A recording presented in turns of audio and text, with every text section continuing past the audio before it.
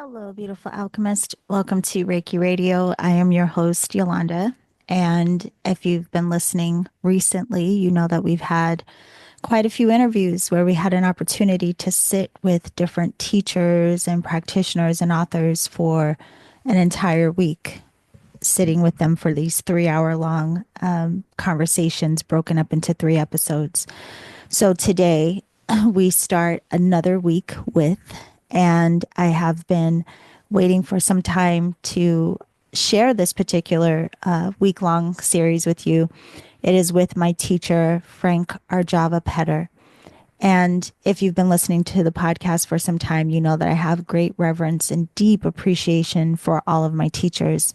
And it's not just the ones that technically hold the title of my teacher. I mean, anyone who takes classes with me can tell you as well. I have the same reverence and deep gratitude for them as well because they're also my teachers. But Arjava sits with us this week to share different aspects of who he is, his journey, and gives a lot of insight that I believe we can all learn from. So, in this first hour with Arjava, we talk about practicing with the whole heart. That is something that he explains as a necessity, what that means, and why it's important. But we also get to the meat and potatoes of who Arjava is beyond what may be seen or beyond what is assumed. And the reason I asked him the questions that I did in relation to who he is because I know that often people have the perception of him being one particular way because he may seem very stoic in some ways. But the truth is, what I have recognized is, and I believe all of his students or a lot of them would say, that he is very kind and he's funny. And yes, there is this air of peace and calm that may feel sometimes quite serious, but I just wanted to talk to him a bit about how these layers of how he's perceived, and his response to it is quite funny as well. We also talk about him retiring from the Jikiden Reiki Institute, which back when we recorded this episode, it was back in February. And it was new news at that time, but a lot of people still have some curiosity around what that means, perhaps why he retired, and what that will look like for him moving forward as a teacher. So we do discuss all of this. And he also shares with us about his time with his teacher, Osho, and how those teachings continue to blossom within him. We also talk about the beauty of him being such an incredible storyteller. And he also shares about letting pain purify us. So there's a lot to get into in this first episode. I hope that you enjoy it. So sit back, relax, and I will see you on the other side. Okay, everyone, we are here with my dear, dear, dear, dear teacher, Arjava Sensei. I already told you this, but I just want to thank you again for making this time to sit with me. It's been way too long, and I'm so happy to see you.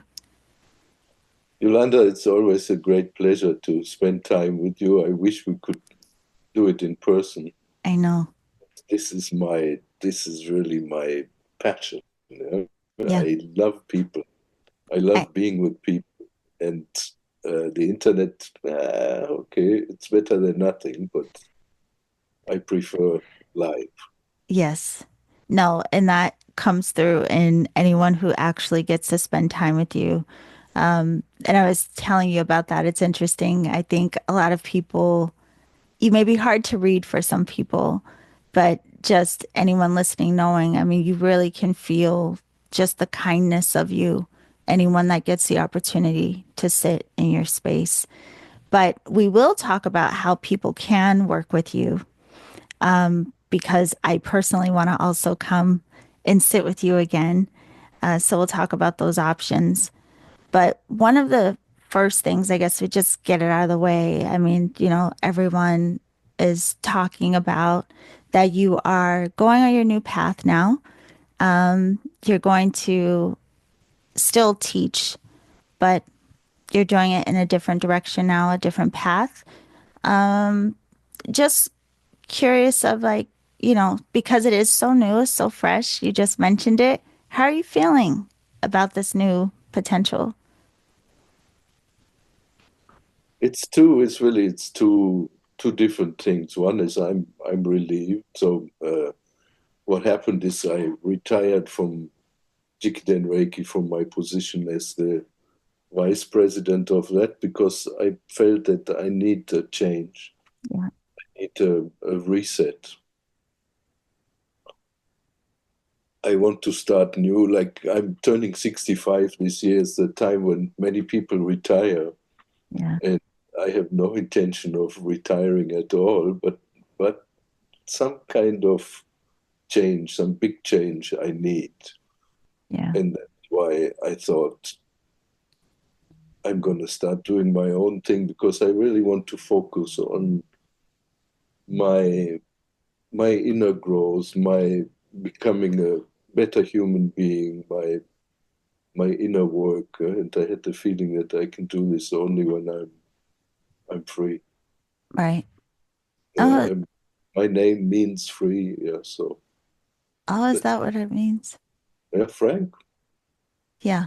Yeah, and Well, my spiritual name Arjava means authentic. Yeah, so there you go. wow, free and authentic. Well, also just hearing you say that, there is that one thing I know a lot of people are curious about. You will continue to teach Reiki, and will it be kind of like the same type of format? The way that I mean is that, studying with you, like we may do Shoden Okiden several times before moving forward. Is it going to be similar to that, or you're Yeah, unsure yet? Yeah. I think it's going to be. I know it's going to be similar Yes. to that. In my own way, I will change some things. That's for sure. I will add more meditation, meditative practice, and some other things. Yeah. So I will be I will be teaching, and I will be teaching here a lot. I hope. Yeah? So at Yes. home, the behind me is the Reiki Dojo, our training center. I built that for me to be able to work at home more. So hopefully it will take off. It's a beautiful place. You love it. Yes, and I do. I want to make sure everyone knows about the options of coming to the Reiki Dojo in Greece. I really look forward to that. That would be incredible for so many reasons.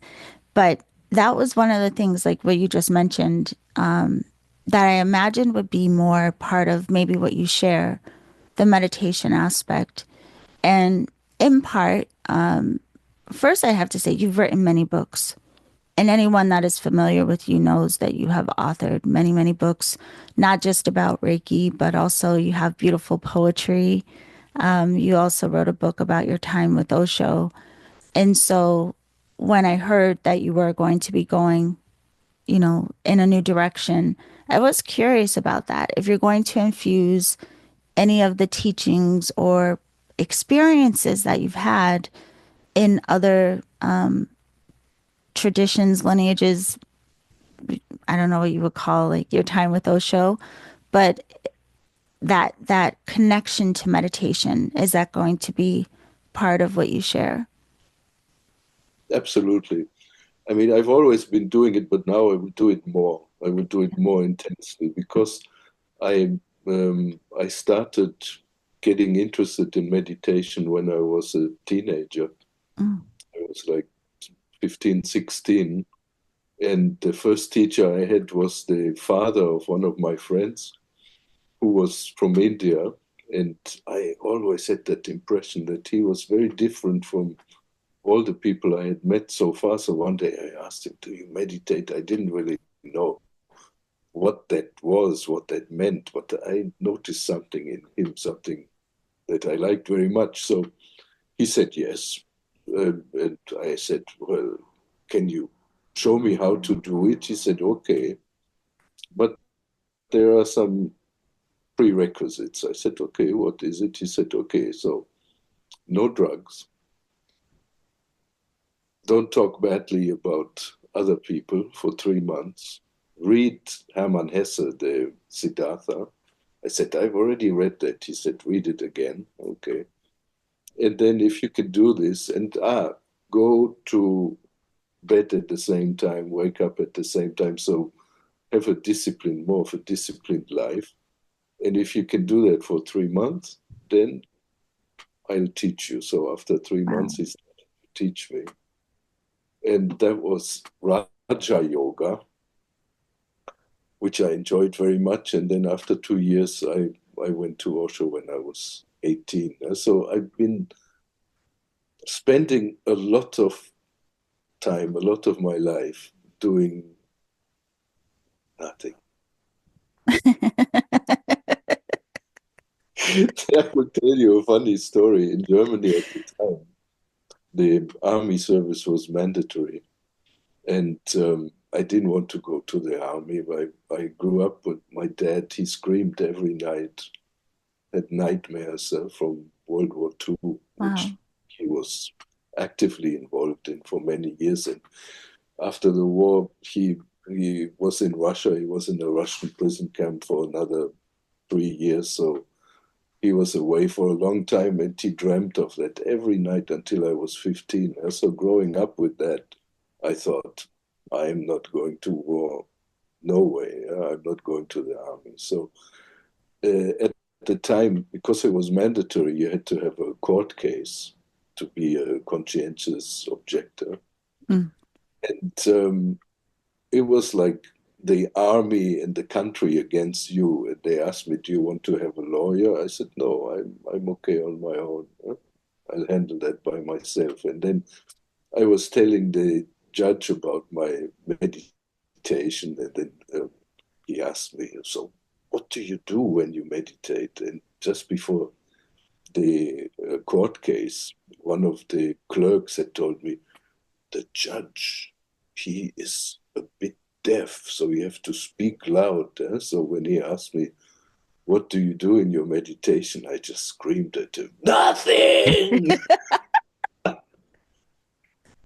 That was the end. They had enough of me. They said, oh, okay, okay, okay, we don't want you. That is hilarious. That's Yeah, funny. And so that left open the window then for you to go to Osho. But before we get to that, I think it's really interesting that before your friend's father would teach you to meditate, that he also wanted you to almost like train to become disciplined. That's an interesting concept to focus on your discipline before you go into this disciplined practice. yeah, because you only know me now, so you have the feeling that I'm calm, I'm quiet, but I wasn't like that when I was a kid. I was all over the place. So what I really needed was discipline. And at school, I wanted to say the teachers didn't manage to discipline me, but I don't want to give the responsibility to them. Yeah. I wasn't disciplined. I didn't know how to be disciplined. I didn't know. I couldn't control my thoughts, my emotions. Not control. Control is the wrong word. I couldn't find a distance to the thoughts and Hmm. to emotions. And that I found with meditation. I found to disconnect from all that is happening in here and Yeah. paying attention to all that is happening here Yes. around in this moment. And this is what I learned in meditation. This was maybe the most valuable lesson. Yeah. No, I think that's I'm just thinking of how much more so many of us might get out of practice if we first focus on just being disciplined enough to stay connected to our practice and in relationship to our practice. That's really interesting that he would have had you do these things before teaching you how to meditate. Yeah, that was his deal. He Yeah. wanted somebody who's serious about that, and I really appreciate it. And I can see his point now that I am teaching a lot of people. Right. I can see that you really need to put all your effort into your practice, whatever that practice might be. Yeah. It matter, and whether you practice Reiki or meditation or any other spiritual art, to me it doesn't really matter. But what matters is that you do something and you do it with your whole heart. I'm reminded of something I read by Koyama Sensei, who was one of Usui Sensei's successors, one of the presidents of the Usui Association in Tokyo. She said Usui Sensei went to Mount Kulama to fast unto death. Mm. And if you do your practice with that same intensity, and that same diligence, and that same intent, you will be richly rewarded. And if you don't, nothing's going to happen. Yeah. So Um, Reiki is really a serious business. It requires all our all our heart, all our efforts, everything. It doesn't mean that you have to do only Reiki. right. That's silly. But when you do it, you really get into it deeply, practice. So the practice, the actual practice is the enlightenment. The enlightenment is not the goal of the practice. The practice is the enlightenment. That's it. Well, that's an interesting way of looking at it too, because I'm sure, especially with the idea, the concept of death for a lot of us would give pause, or like we have an attachment to a fear around even the idea. But hearing you say that, just thinking of how non attached in general you would have to be, the openness you would have to even be committed to going that deep into the unknown. I mean, because you don't know what's going to happen, but there has to be, like no fear of whatever the potential outcome could be to be that serious. One of the first books that I read when I started to be interested in spirituality was, of course, at the time in the early 70s, mid 70s, was Carlos Castaneda. And he talked about that really you are just the sum total of all your conditioning, of everything that you've learned from your parents, from your teachers, from your culture, from your religion, from your language, from your society. And Right. all of this is not you, or none of this is you. Yeah. Yes? The question is, who am I? That's the only question worth asking yourself. And when you do that a lot, you notice that everything must go. Yeah. I You mean, must peel that on layer by layer and strip yourself layer by layer until really nothing is left inside. And my retirement of the position in the Jikiden Reiki Institute is part of that stripping right. the layers off, and that it hurts. That's so interesting because I don't think, even hearing you say that too, it reminds me of what that must be like for all of us to even strip away one layer, one attachment, one sense of identity. I mean, sometimes we hear these things and we read these things, and it sounds like the person delivering the message makes it sound easy, maybe.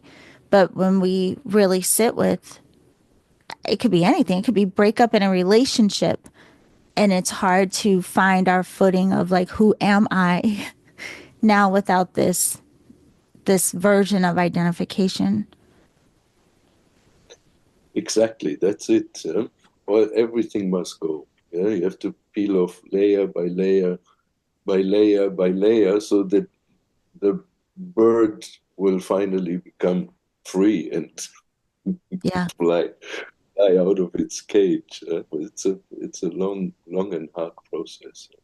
And the meditative practice really is that you watch your mind, you watch your thoughts, you watch your emotions, and you keep questioning yourself: who am I?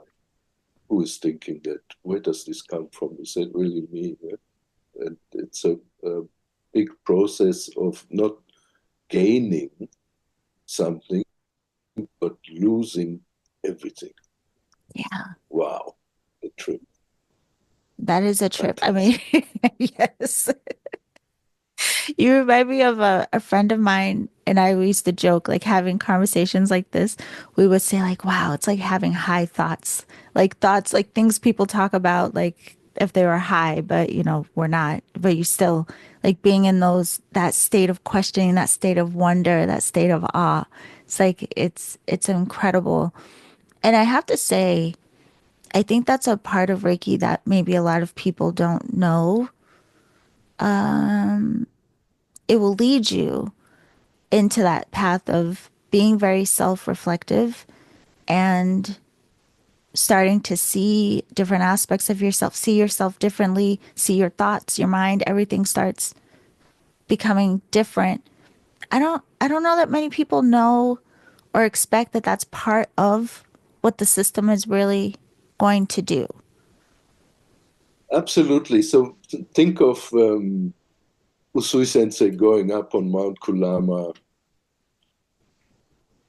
Before that, before he did that, he spent 3 years at a Zen monastery really looking for himself. And then on Mount Kulama, he didn't go there to meditate. He went there to die, because his Zen teacher had told him, "You missed the train, you missed the bus, and the next bus is coming in your next life. Yeah? So you're best off, if you're really serious, dying a conscious death, and then you will receive a favorable rebirth." Yeah. So those of you guys listening, don't try that at home. No, Okay, don't do that. not necessary. So and he must have been very, very desperate. So he went up there to die. Hmm. And then we all know the story. Then he had some religious experience, enlightenment, self-realization, whatever you want to call it. And out of that self-realization came Reiki. That means like a love song or a poem that you write because you're in love and you want to share your love with others. Reiki is Usui Sensei trying to share his enlightenment with his people. Yeah? So Yeah. it comes out of that and it leads to that eventually. Yeah? So this is it. It's a path of enlightenment, not Yeah. to enlightenment, but of enlightenment. This is what we do. This is what we're here for. And that's, oh, quite a journey. It's an incredible journey. And even with that concept of, meditating and fasting with the intention of, you could go into this expression of death, it reminds me that a lot of this work, that's what it feels like. I mean, it feels like a living death. So, not a physical death, but, we get confronted with, will we let certain aspects die away? Different, like you say, like the unlayering, the peeling back. Will we allow certain things to die while we are still living?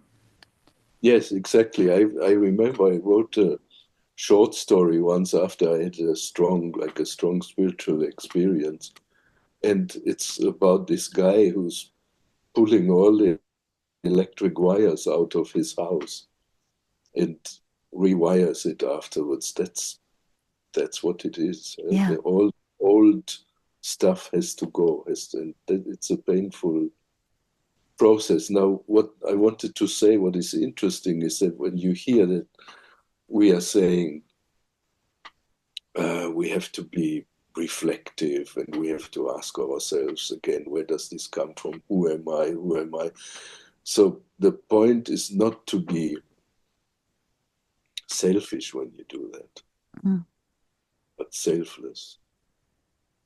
So when you say I'm looking into myself, it's not that I'm revolving only around myself, my ego, my grandeur, my not at all. It's Yeah. with humility, with absolute humility. You look inside, Yeah. and then it's valuable. It's beautiful. When you say that, it reminds me how you always say, whenever now I hear the word tenderness, I think of you immediately. Now I just associate that word with you, tenderness, and that humility that you're saying and observing ourselves. I think a lot of times when we start to see or we start to even feel or realize different aspects of our conditioning or experiences, there is a bit of a fight. And we may go into like immediate wanting to avoid and criticism of ourselves and judgment and all these things. And so it, that I think is even a practice of how do I soften enough to have compassion with myself, to have that tenderness, to have even humility around what I've been through. I think if a lot of us knew that going in, maybe it wouldn't be as, or we wouldn't think we're doing it wrong when things start to arise. Tenderness really is not something that is outside of you. Yeah. It's your essence, really. And the tenderness is not directed at only one person or only at people, but it's the rocks, the rivers, the squirrels in the garden. And my wife always laughs about me because she says, you talk to everybody, even to the rocks. I say, hey, good morning, how are you today? For me, it's all the same. Yeah. Yeah, it's all the same. Yeah, we That's are it. no different from all the things that are around us. We are the world. We are it.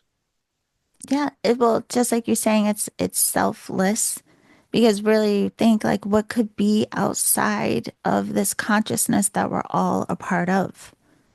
So I mean, if you look at it though, I mean, it makes sense that the plants and the rocks and everything would have, I mean, they're part of expressions of the same consciousness that we're an expression of. So you don't seem crazy. It makes a No, lot of sense.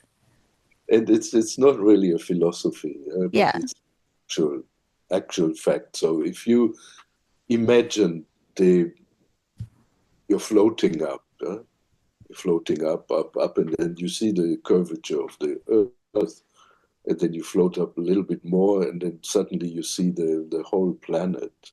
Mm. Like you've seen photographs of it, what it Right. looks like from outer space. We don't see countries, you don't see races, you don't see men or women, you don't see anything, you don't see cities, you just see one big celestial body, and that's us. Yeah. So it's not a philosophy that we are part of the earth or part of the universe. It's a fact. Yeah. It's a simple, really simple fact. And if you realize that, then lots of things change. The way you look at other parts of that earth that could be you, Yeah. or the kids, or the person at the cash register at the supermarket, or the rocks in the garden. It's all you are looking at yourself. This actually brings up this expression of you because you have a very calm demeanor. There seems to be like you just seem like a still lake in I mean a lot of ways, but like I've mentioned, I mean you laugh and of course you joke and it's not like you're just always so serious, but there is this like calmness, this peacefulness about you that I think could be misinterpreted. However, if you're in proximity to you, even if you weren't saying anything, you can feel the kindness, the welcoming. There's a lovingness of you that is undeniable. And the only reason I bring that up is because I think sometimes when we think about being peaceful and being kind and being this, we're so used to not being that. I think people will think that you don't feel anything. Like they'll think you're going to go numb if you go into a state of peace, right? But I mean, we can see from you. Could you just share what that is like for you to have gone through whatever you've gone through that got you to the state where you seem very centered? Really, it's my practice. Yeah. That's what I do. I do it as much as I can, and of course, in a Reiki classroom, it's easy. It's relatively easy to do, to be in a good space. But I do it at home. I'm the same with my kids, with my wife. That you see, that gives you that calmness. I remember I, I had a Latin teacher in high school, and when very ill from another teacher who was one of my neighbors in Germany. So he had ALS, and I said to the other teacher, "Hey, give me his number, I want to see him." And the other teacher said, "But he can't, Frank, he can't speak, why we cannot communicate with him." I said, "Hey, I don't want to speak with him. I just want to see him and see how he is and say hello. We haven't seen each other for 25 or 30 years." So I go and visit the guy at the speech software because he couldn't speak anymore. He was typing it in. And he was just looking at me. He was going, "What happened to you?" He said, is that what happened to you when you went to Osho? I said, "Yes." "Why? But what do you mean exactly?" He said, "You are so quiet and so calm." And I said, "Why wasn't I always like that?" He said, "No, you were all over the place. You're completely changed." So the only um, reason that I can find for it is the years of meditative practice. Yeah. And some people misunderstand that. We often talk about this at home. My wife, she says, "You irritate people and you seem so relaxed and calm and aloof and something," and that pisses people off. And I'm sorry I have that effect on some people. I don't mean to make anybody nervous. It's just, I have become like this. It's Yeah. neither good nor bad. Yeah. But I'm glad we get to clear it up a bit for people who are curious. I mean, you really do. And there, but it is, if we don't look at it as like something must be wrong with that guy, I mean, really, there's a calmness about you. There is this peacefulness that can be felt. And again, I mean, anyone, especially if they've had the opportunity to sit with you and learn from you, I think it's undeniable, like the kindness and how loving. And you are very funny, which, a lot of people may not know you are. You are funny and you laugh and you're not always, always so serious Oh, looking. no, no. No. So I would tell you, one of the things that really changed my life is a technique I learned from Osho, which is really an incredible practice, and it's very, very simple. Anyone can do it. You don't have to be special, or you don't have to have meditated for 50 years to be able to do this. So one of the things he said was, if you want to enter from the world of the mind to the heart,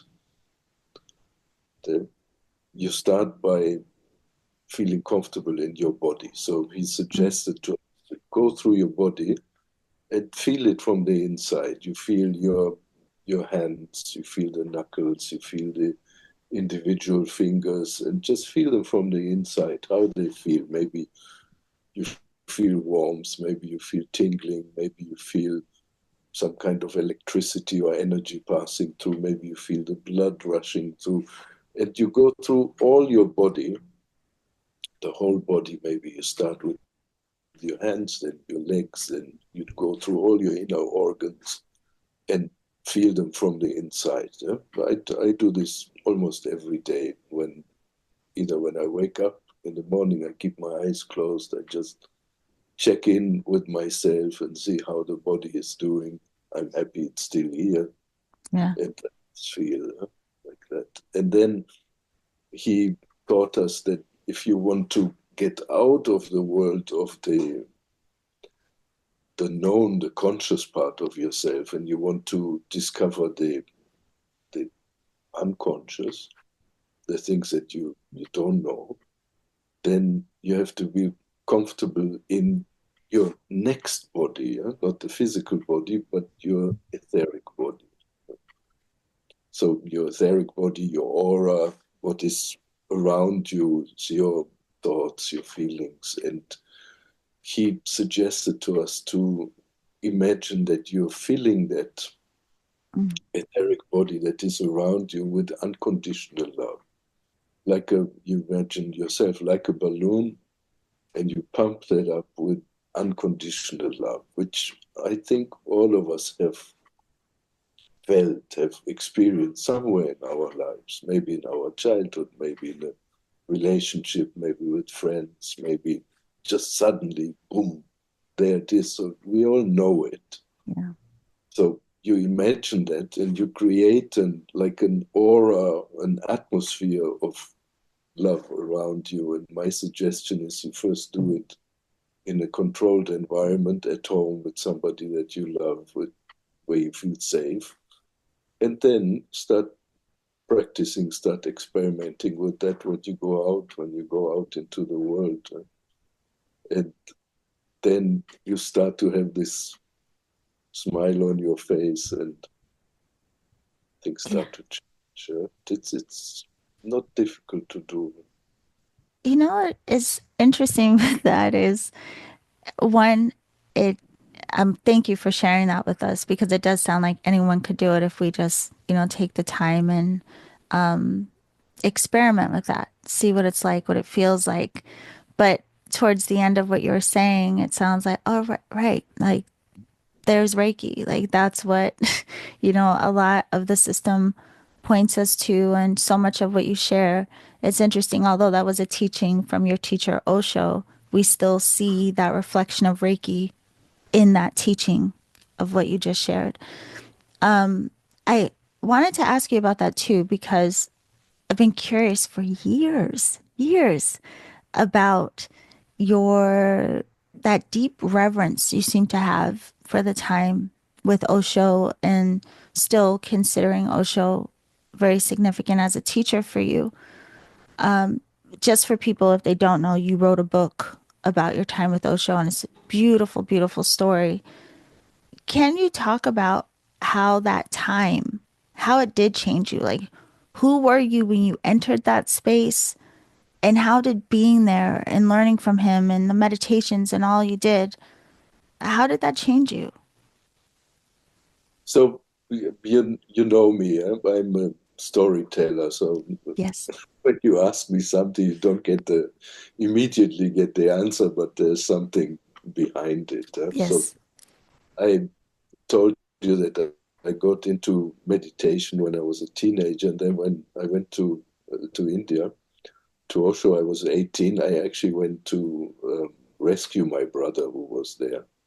Instead, I got rescued. And I still remember the first time I entered the ashram, the community where Osho was living and teaching. And something clicked in that moment and brought me back a few years earlier when I had discovered a book on Zen Buddhism by by Paul Reps called Zen Flesh, Zen Bones. I think we talked about this Yes. in our earlier meetings. And when I had read that book, maybe I was 16 or so, I thought, wow, I want to be like these people one day when I grow up. And when I found myself in the Osho community, the first step into that place was like a time warp, very difficult to put into words. But I remembered my Zen adventures, and I thought I found a place where I can become like that, where I can become a spiritual person. Yeah. That's when it changed. And everything that I am today is because of that. You know, So I to the point where Osho died how many years ago? 35 years ago. For me, he hasn't died because it's in here. Yeah, his teaching is in here, and his teaching is opening up. Yeah? It's unfolding. It's like a lotus unfolding. yeah. I love that. Well, but So what for people me, don't know, you lived at that, or lived, yes, in the ashram, and listening to you tell the story and the way you're lighting up, even though meditation would have been part of the practice, was a lot of the learning there just through the nature of the community. Because you said like you walked in and it felt like, an entirely different place where a lot of the teachings kind of woven through however that community was held, like how you all interacted with each other. so if you're a lucky person, I consider myself very, very fortunate. Um, my wife is just like me. She wants to find out who she is. Yeah? So Mm, we have this atmosphere in the house where we basically strip completely naked in front of each other, put yeah, all the cards on the table, don't play games, don't hide anything. It really is what it is. We don't do politics, we don't trick each other. We're yeah, honest, totally honest with each other. And at the ashram, at least my experience of that was that there were a lot of people like that. Not in a love relationship, but just people that you met. Many of them were like that. They were real. yeah, They put cards on the table. And in that kind of atmosphere, you can grow like crazy. Yeah, it's incredible. It's really incredible because everybody is mirroring each other all the time. It was like living in the pressure cooker, yes, spiritual pressure cooker. yeah. It makes me think of one, I guess, not a mantra, but something that comes to mind to me a lot. It was a teaching because of an experience that I had that was heartbreaking, really, really heartbreaking. And what I got confronted with was, could I love anyway? Not attached, but could I just love anyway, no matter how devastating, how hurtful, all these things. And hearing you say that about a community where people are vulnerable and put all the cards on the table, even in your relationship, in your marriage, and you can love anyway. I mean, it's like ultimately, isn't that what we all want? Like to be able to be authentic and loved anyway? Because a lot of what we hide is because we're trying to manipulate being lovable, whatever that is, right? I I think so. That's what we all want, but it's difficult. It's difficult to do in society.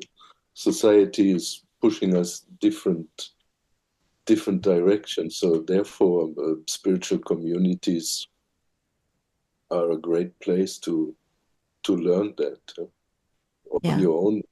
It's difficult. It's yeah. very difficult. And this process is going to hurt, is going to hurt a lot. I once wrote a book of poems. It's called Promise Me Never to Get Hurt. Mm-hmm. And of course, you cannot promise that because you are going to get hurt, and pain is good. Pain is a revealer. Pain is fantastic. It's a purifier. It's a fire that burns all the impurities out of you. But what I meant really was promise me not to get traumatized by the pain that you pass through. So this is the Yeah. point. If you retain your innocence, always remember that. Keep your innocence and hurt. It's okay. Feel it. Feel it. Let it purify you. Let it you go through it and trust that you come out a better human being. Hmm. The more pain, the better. I think that in of itself is a beautiful teaching. And probably it's interesting, you know, how sometimes we hear something and it's just the way we hear it, it really clicks. Something really clicks. And that sounds like one of those things I imagine would really click for people to just allow the pain and understanding that it's meant to purify. It's not trying to, you know, destroy you in a negative way, but destroy you in the sense of stripping away whatever was causing you suffering in the first place. And you just didn't realize. Exactly. But this needs, yeah, I don't know, guidance. Guidance is good if you have, yeah, by Mm, somebody who already understood that. right. But that's what it's all about. So don't be afraid of the pain and the so-called negative experiences. They are here for us to go beyond them. That's the This whole also point. brings me to a memory I always have of you. I always say about you. I, because I've had, thankfully, fortunately, I've had several times to be able to sit with you in class and learn from you. And it's been a long time, but you know, it's like it just stays right here. And the first time I encountered you, I had heard so much about what an incredible teacher you were. But, you know, I didn't know what to expect. I had no idea. And that was what I loved about your class is that you were such a storyteller. And it wasn't just that you told these stories and we learned through the stories. It was the way that you told them. And not just the way that you told them, but a lot of it was woven into what you actually experienced, even with your teachers, you know? And so your stories are, they're just beautiful. But one that really struck me, I mean, I don't know if you remember, this was like ages ago, but when you started telling us the story about Senju Kanan, I just, I fell in love with that story, but it also gave me a moment of having a different understanding of, what Reiki is pointing to. It's like that layer of compassion really hit me through that story and the way that you told it. And I can't even tell you how much I appreciate. Like that's what I always tell about you. Like that story, this he changed so much for me through that story. And I was just Yeah, curious, why, like, why, but why did it change so much for you? Because this is you, Yolanda. yeah, The Senju Canon is not something outside, or the Bodhisattva of compassion is not outside. It's you, it's your potential. And all that it needs is for that potential to wake up, yeah, that's it. We are yeah, not talking about some outside agency. It's all about you. Yeah? This is you. Senju Kanon is you. yeah. But I didn't get that until you told that story. And I keep this here always. Like I think of you in that teaching. It was so significant for me. It still is. You know, it still unfolds. I still continue to understand it in different ways. But that about you too. the way you tell the stories also reflects that what you said at the beginning about loving to be with people. You can tell even through your storytelling how much you love being with people. And I wanted to ask you about your poetry and the beautiful writing that you do because it is an extension, I feel like, of what we can learn from you and through you. And a lot of people may not know what an incredible writer you are and how it's just like another way of translating like all of this beautiful life experience and, you know, the stripping away and what we encounter and all the things. So I know that we've had this first hour with you, but I would like to, if you're open to it, in our next hour, whenever we meet again, to really talk to you about that, your relationship to words and storytelling and poetry and what you transmit through all of that. Nice, yeah, I like that. This is one of my passions. I have Yeah. many passions. So one of them is the writing, and really what it is I must express the love I have for this world, for all the things in this world. Yeah. This is, it must come out somehow. it, I don't know how to say it. It's some kind of exhibitionism, that I have. Yeah. It's like I have to put it out. I want to say it. I want to celebrate it. I often hear people saying, "Oh, this is my last birth," and I'm not coming back here. And I'm thinking of what is so bad in this place that you don't want to come back. I'd be so happy to be reborn again and do it all over again. If you ask me, Yeah. you know, are you tired or something? No, not at all. I want to do it again. Yeah, I'm so happy. Yeah. It's such a nice place, such a blessing to be alive, and such a privilege for us to be here and to meet each other and have all the experiences that we have. Why would anybody want to not have that? I don't understand. Yeah, I'm really Yeah. thrilled to be here, and part of that is expressing my love and my passion and my excitement about all these incredible things that are happening all around us. What a miracle. Yeah. Well, that's what I want to dive into this poetic mind you have because I have so many thoughts about the expression of it all and also just the beauty and the how transformative words are. So we'll leave everyone with that cliffhanger to go deeper into that with you in the second hour. But I have to thank you again for taking this time, and you have to stay tuned for the rest with my beautiful teacher, Arjava Sensei. Thank you.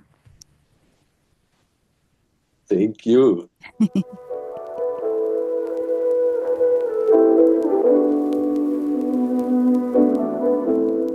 Okay, again, I want to thank my teacher, Arjava, for coming to have these conversations with us that you will hear throughout the week. One thing I do want to make sure you know if you would like to work with Arjava, if you would like to take classes with him, if you would like to learn more about his books and other workings that he has, other offerings that he has, go to his website, frankarjavapetter.com. The link is down in the show description. I also want to acknowledge that in these first two episodes that were recorded again back in February, I do address him as Arjava Sensei. And what you will find in the beginning of our third conversation, which was recorded in the month of May, so a couple of months later, he does address his feelings around that title. And the reason I'm pointing this out is because in that episode, I don't address him that way. And it occurred to me that part of the reason of referring to him as our Java sensei all of these years is because that's how I heard people refer to him. But it also dawned on me that I never asked him directly how to address him and what his preference was. So I just say that for all of us as students, it's probably a good idea to check in to see how our teachers like to be addressed as individuals. And funny enough, someone that I work with recently asked me directly what title I prefer. So it's a good question, just throwing that out there because I learned from that. But that aside, don't forget to tune in on Wednesday, where we go into the second half of this conversation with Arjava, which I'm sure you will enjoy. But in the meantime, don't forget, check out his work at frankarjavapetter.com.